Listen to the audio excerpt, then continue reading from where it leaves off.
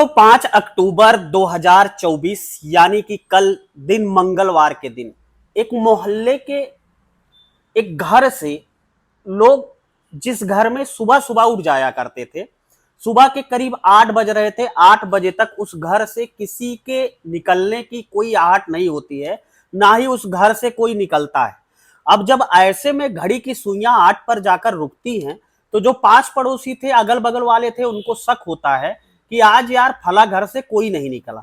अब काफी देर तक लोग ये सोचते हैं कि हो सकता है एक व्यवसायी का, करोड़पति आदमी का परिवार है, हो सकता है लोग रात में कहीं, इस समय शादी विवाह का माहौल चल रहा है तो कहीं शादी विवाह में गए हों, या और ऐसा कोई कारण रहा हो, या रात में किसी काम से होटल में खाने वगैरह अक्सर जाते रहते हैं। ये लोग बड़े रईस आदमी हैं, तो हो सकता है कि ये लोग कहीं रात में किसी प्रोग्राम में गए हों। कई बार अक्सर ऐसा होता था कि जब ये परिवार घर पे आता था तो काफी रात में देर से आता था, 12 बजे, 2 बजे, 3 बजे। तो उसी एक बार सोचते हैं कि चलो कोई बात नहीं, कि ये परिवार हमेशा कभी कभी बीच में महीने में 2-4 दिन ऐसा होता ही है कि जब अपने व्यवसाय के चक्कर से या होटल में खाना खाने के चक्कर से ये परिवार रात में लेट आता है और सुबह करीब 9 बजे तक लोगों के घर के किसी भी सदस्य की आंखें नहीं खुलती हैं। ऐसा सोचकर मोहल्ले वाले जो आस पड़ोसी थे वो शांत रहते हैं। लेकिन मोहल्ले वाले को एक चीज नहीं समझ में आ रहा था कि घर में 2 बच्चे ऐसे थे जिनकी आदत वो कितना भी रात में लेट आए लेकिन सुबह सुबह उठ जाते थे। अपना एक कुत्ता था, उस कुत्ते को टहलाने के लिए। लेकिन अभी आज वो बच्चे भी नहीं दिख रहे थे, ना उनके घर में पाला हुआ एक कुत्ता दिख रहा था। अचानक कुत्ता तेजी तेजी से आवाज कर रहा था, इसलिए पास पड़ोस वाले सोच रहे थे कि हो ना हो अभी ये लोग कुछ देर में सोकर उठ जाएंगे। लेकिन धीरे धीरे जब घड़ी की सुइयां 9 पर पहुंच जाती हैं, यानी कि सुबह का 9 बज जाता है और घर से कोई शख्स बाहर नहीं आता है, तो लोगों को एक बार शक होता है। और ठीक 9:15 इस मोहल्ले के जो परिवार था, जिसके घर का दरवाजा अभी 9 बजे तक नहीं खुला था, उस घर के पास पड़ोसी और मोहल्ले वाले एक दूसरे में अब सुगबुगाहट शुरू हो जाती है। लोग एक दूसरे से कहने लगते हैं कि आज तक कभी ऐसा नहीं हुआ कि 9 बजे तक फला आदमी का घर का दरवाजा ना खुला हो। अब कई लोग 2-4 मिनट और इंतजार करते हैं और फिर वो लोग उस घर के दरवाजे पर दस्तक देते हैं। घर के दरवाजे पर दस्तक देने के दौरान वो घर के बाहर लगी जो डोरबेल होती है, घंटी होती है, उस घंटी को कई बार बजाते हैं, लेकिन अंदर से कोई किसी भी प्रकार की कोई आवाज नहीं आती है, सिर्फ कुत्ता भूंकने की आवाज आती है। जब कुत्ता भूंकने की आवाज आती है और कई बार लोग घंटी बजाते हैं, जब अंदर से कोई आवाज नहीं आती, तो लोग जो घर की बाउंड्री बनी थी उस बाउंड्री को कूद कर अंदर जाते हैं। अंदर जाने के बाद घर के मेन दरवाजे पर पहुंचते हैं और मेन दरवाजे को जब ठकठकाया जाता है, हाथ से पीटा जाता है, तब भी घर से कोई आवाज नहीं आती। फिर उसी में से एक व्यक्ति पुलिस को कॉल करता है, फिर पुलिस आ जाती है। पुलिस घर के दरवाजों को तोड़कर जैसे ही अंदर प्रवेश करती है, अंदर का जो नजारा था वो वाकई में रोंगटे खड़े कर देने वाला। और पैरों के नीचे जो जो वहां पर पहुंचा था, उसके पैरों के नीचे की जमीन खिसक जाती है। जैसे ही ये लोग घर के अंदर प्रवेश करते हैं तो देखते हैं एक महिला जो मैच्योर स्थिति में है, जो करीब 35 और 40-45 साल के बीच की महिला है। उसका लहूलुहान शरीर मृत अवस्था में घर के बरामदे के फर्श पर पड़ा हुआ है। और जब ये लोग अंदर जाते हैं, कमरों में जाते हैं, तो कमरों में देखते हैं तो क्रमशः एक कमरे में एक बेटे की लाश, दूसरे कमरे में दूसरे बेटे की लाश, और कमरे से सटे कमरे में एक बिटिया की लाश। यानी कि घर के टोटल 4 लोग एक ही घर में नृशंस तरीके से उनकी हत्या कर दी गई थी। पास पड़ोसी जब इस पूरे घर में और पूरे घर को बारीकी से निरीक्षण करते हैं, तो उन्हें घर में जब टोटल 4 लाश मिलती है, 3 बच्चों की और एक मां की, लेकिन घर में पिता का शव नहीं मिलता है, यानी कि पिता घर से गायब हो गया है। अब सबके मुंह से एक ही चीज निकलती है, कहीं इस करोड़पति व्यापारी ने अपने परिवार वालों की खुद ही हत्या कर दी है और खुद घर से भाग गया। उसके बाद पुलिस उस व्यक्ति की, यानी कि उस घर के मुखिया की तलाश करने लगती है। लेकिन पुलिस अभी तलाश कर ही रही थी कि अचानक 1 घंटे बाद घर से करीब 10 किलोमीटर की दूरी पर उस व्यक्ति का शव मिलता है। आखिर उस व्यक्ति के शव मिलने के बाद अब जब लोगों के मुंह से यह निकल रहा था कि उसी ने इस अपने घर के बेटों और बेटियों और अपनी पत्नी की खुद हत्या की है और उसी ने अपना खुद सुसाइड कर लिया है, यानी कि इन घर के 4 लोगों को मारने के बाद उसने अपनी भी हत्या कर ली है। दोस्तों, आखिर क्या है इस पूरी घटना का राज और घटना कहां की है? आखिर क्या हुआ था पूरे मामले में? पूरी कहानी कहां की है? दोस्तों, जो आज मैं आपको सच्ची कहानी सुनाने चल रहा हूं, ये कहानी आप सुनकर एक बार आपके पैरों के नीचे की जमीन खिसक जाएगी और एक बार आपके रोंगटे खड़े हो जाएंगे। और भारत की एक ऐसी कहानी है जिसमें 24 घंटे के अंदर 2 नए मोड़ आ गए। दोस्तों, कहानी बहुत ही सतर्क और जागरूक करने वाली और बहुत ही रोंगटे खड़े कर देने वाली है। कहानी में आगे बढ़ने से पहले आपसे मेरा बस छोटा सा विनम्र अनुरोध है कि अगर चैनल को अभी तक सब्सक्राइब नहीं किया है तो चैनल को सब्सक्राइब कर लेना, साथ में लाल बेल आइकन की बटन को प्रेस कर लेना, ताकि जब भी मैं समाज में घट रही ऐसी घटनाओं की कहानियां आप तक पहुंचाऊं जिससे आप सतर्क और जागरूक रह सकें, ऐसी कहानियों की वीडियो का नोटिफिकेशन सबसे पहले आपको मिले। दोस्तों, कुछ लोगों के नाम है जिनका प्यारा सा कमेंट हमें पिछली कहानी पर, पिछली वीडियो पर प्राप्त हुआ था, उनके नाम मैं कहानी के आखिरी में लूंगा। और ये कहानी हमें भेजी है उत्तर प्रदेश अमेठी जिले के रहने वाले प्रधान जी हैं, जिनका नाम है दिलीप कनौजिया। तो दिलीप भाई साहब को बहुत बहुत धन्यवाद। अगर आपके पास भी ऐसी कोई कहानी है तो डिस्क्रिप्शन बॉक्स में दिए गए मेल आईडी पर हमें अपनी कहानी भेजें, हम उसको अपने चैनल पर प्रसारित जरूर करेंगे। फिलहाल बिना आपका समय जाया किए कहानी की तरफ वापस लौटते हैं। दोस्तों, ये कहानी है उत्तर प्रदेश का एक जिला पड़ता है बनारस। बनारस में जगह पड़ती है भदैनी, और भदैनी स्थित पावर हाउस की एक गली में एक व्यापारी परिवार रहा करता था, राजेंद्र गुप्ता का परिवार।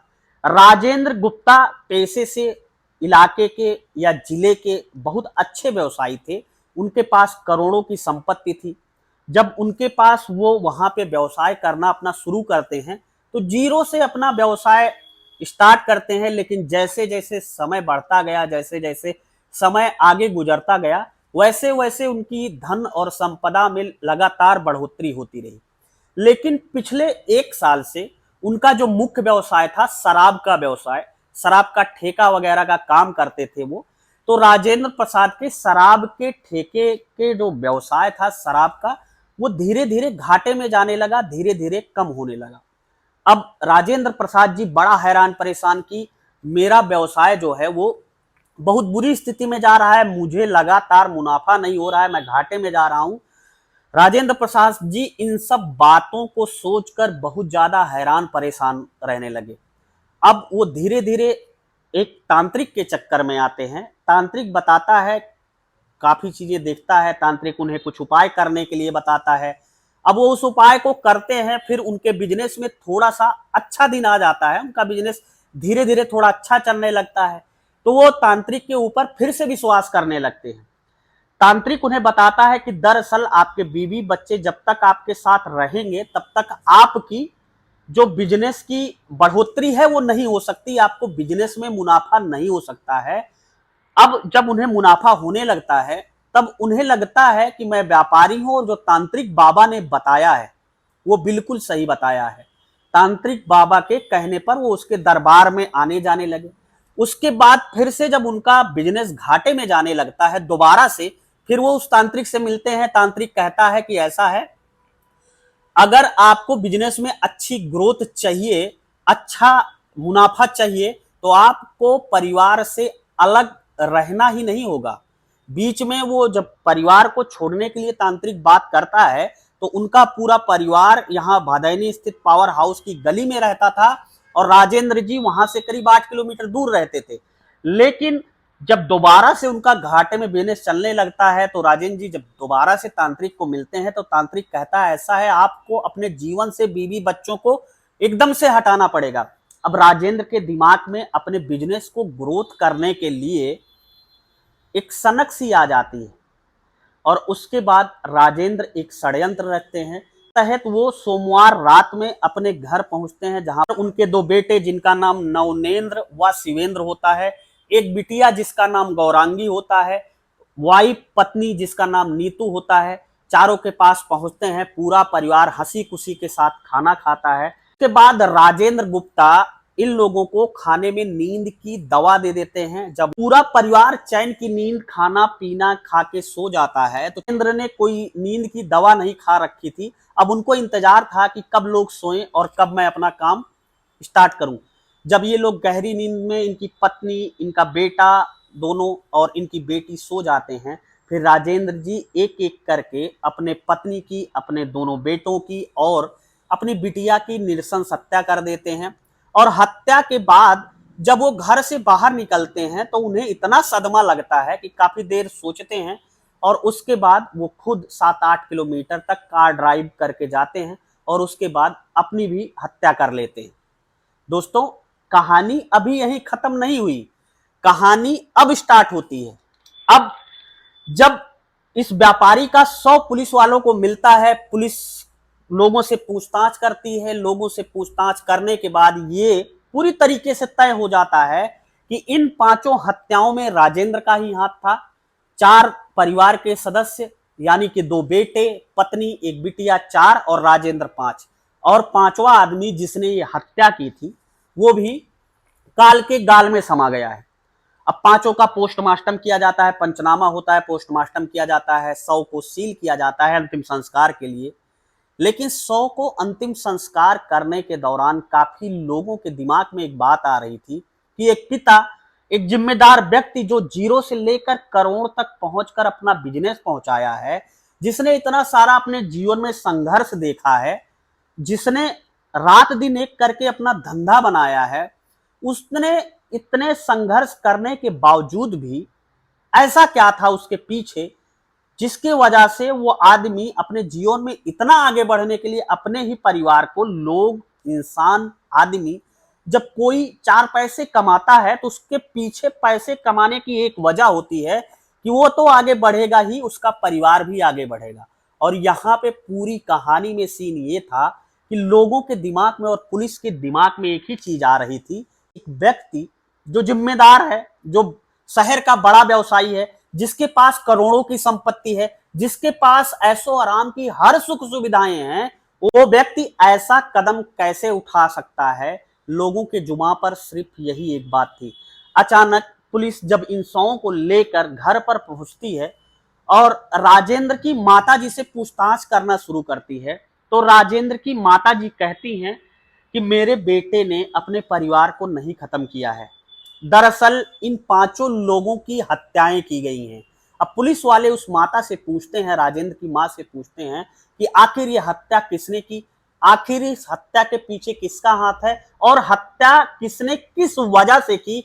तो राजेंद्र की माताजी पुलिस वालों को और वहां पर मौजूद लोगों को बताती हैं कि दरअसल राजेंद्र, कई साल पहले राजेंद्र ने अपने भाभी और अपने भाई की हत्या की थी। तब उनके बच्चे छोटे छोटे थे और वो शायद समझ भी नहीं पाए थे कि उनके चाचा ने ही उनके माँ बाप को, उनकी माँ बाप की जीवन लीला समाप्त कर दी है। अब वो बच्चे बड़े बड़े हो गए हैं, कहीं ना कहीं से उन बच्चों का इन 5 की हत्याओं में हाथ है। अब पुलिस का एंगल पूरी तरीके से कहानी में घूम जाता है। पुलिस एक भतीजों को गिरफ्तार करती है, दूसरे की पुलिस अभी खोजबीन कर रही है कि आखिर क्या इन दोनों ने ही ये पूरी हत्याओं को अंजाम दिया है, क्या इन दोनों ने बदले की भावना से आहत होकर इस पूरे हत्याकांड को अंजाम दिया है। फिलहाल आपको पूरी कहानी में क्या लगता है कि क्या कोई पिता, कोई जिम्मेदार व्यक्ति जो घर का मुखिया है, वो अपने ही परिवार के 5 लोगों की, जिसमें उसका खुद की पत्नी हो, जिसमें उसमें खुद की बेटी हो, जिसमें उसका खुद के 2 खुद के अपने बेटे हो, अपने बेटे को, अपनी पत्नी को, अपनी बेटी को ऐसी नृशंस हत्या कर सकता है? क्या ये संभव है या फिर जो दूसरी कहानी अब निकल कर आई है वो सही है? आपको क्या लगता है, पूरी कहानी में पहली वाली कहानी सही है या दूसरी वाली कहानी सही है? आप कमेंट बॉक्स में अपनी राय हमें जरूर बताएं। हम अगली कहानी में आपका नाम जरूर लेंगे। अब उन लोगों के नाम जिनका प्यारा सा कमेंट पिछली कहानी पर हमें प्राप्त हुआ था। सबसे पहला नाम है मांगी लाल है, जोधपुर राजस्थान से।